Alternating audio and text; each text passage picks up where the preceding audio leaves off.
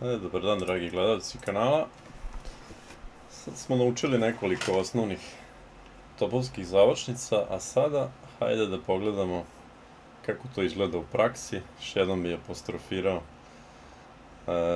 čuvenu pesmu u Borinu. Teoretski ljubav lepo zvuči, ali malčice je drugčije u praksi. Znači sada vidimo nekoliko primjera šta se dešava. Evo, ovde imamo partiju, kao što možete vidjeti desno, između Aronjana i Carlsena, igrano 2006. godine. Znači, u ovom momentu Magnus je imao nekih 15-16 godina, a rating već oko 2700, međutim, vidjet ćemo, evo, znači, mladi Carlsen u ovom trenutku kakve je greške napravio, verovatno ćete ih vi sad, ako ste dobro pogledali prethodna videa, prepoznati te greške. Znači, najbolji igrač završnice u istoriji šaha, Magnus Carlsen. Ovo isto primjer lepo pokazuje da se ni on nije rodio naučen. Znači, danas, u posljednjih par godina uopšte imali smo bezbroj njegovih virtuoznih završnica i besprekorne tehnike, a evo ovde u ovoj partiji je napravio nekoliko elementarnih grešaka. Hajde da pogledamo što se desi. Znači, ako malo bolje pogledate ovu poziciju i ako se sećate odbrane po klingu i horovicu, prepoznat ćete da je ovo baš ta pozicija. Znači, top se nalazi ispod pešaka, kralj se nalazi sa kraće strane i beli u stvari ne preti ništa. Znači, dok god top ne stoji na e8, da bi zapretio kralj d7, beli ne preti ništa. Znači, sve što treba da radimo je da ostanemo topom ispod ovog pešaka. Znači, dok recimo na ovo i čekamo ga. Jer ako on priđe ovde, mi ćemo igrati kraljev 7, kao što znamo, i on ne može napredovati. Znači, sve dok on ne odigra potez top e8, kad zapreti kralj d7, u tom momentu mi treba da razvlačimo topa na liniju i da krilnim udarima se branimo šahovima sa strane i on mi mora da igra top d8 i mi se vraćamo nazad i pozicija remi. Međutim, Carlsen pravi ovde prvu grešku, pokazujući da mu nije baš najjasnije tada bilo kako ova završnica funkcioniše. Znači, top je već idealno stajao na e-liniji, a on ga sklanja na a1.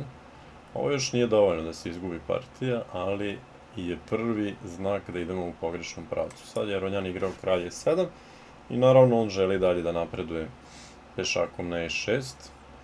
Ovde nema nekog korisnog poteza, pa ovo top a5 mada ne izgleda dobro, jer beli svejedno hoće da napreduje pešakom, ali mislim da ni nekog naročito boljeg poteza nije ni bilo. Možda? Na kralj e7, da, ne vidim nikakav bolji potez, znači top a5 e6. I sada je Carlsen dao šah na a7 i posle top d7, ako se sećate i dobro ste pogledali naš prethodni video o takozvanoj poziciji EV-a, onda biste prepoznali i rekli da ovde treba da igram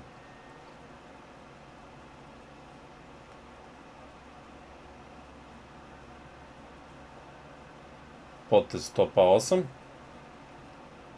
i on je to i učinio.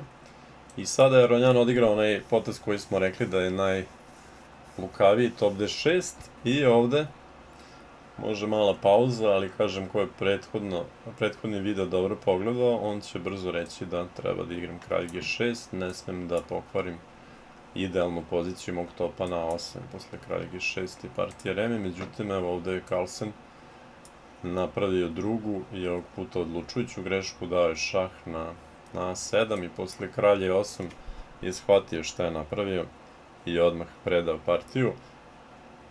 Što pokazuje da je on verovatno isto pročitao, znao za ove pozicije, ali ih još nije dovoljno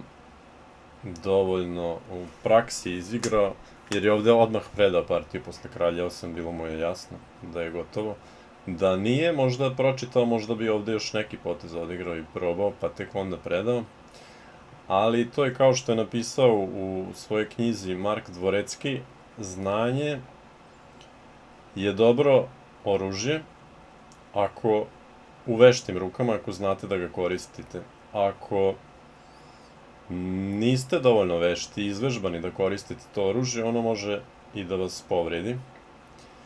I baš je to ovde bio slučaj, znači mislim da je Magnus već malo bio, pošto je imao rating, znači blizu 2700, sigurno da je pročitao i znao nešto o ovoj završnici, ali ako nije to dovoljno dobro uvežbano i istrenirano, u trenucima posle duge borbe, kao što je ovo bilo sigurno nekoliko sati velike borbe sa preokretima, sa raznim emocionalnim udarima, vi pomuti vam se prosto sve u glavi i napravite ovako elementarne greške.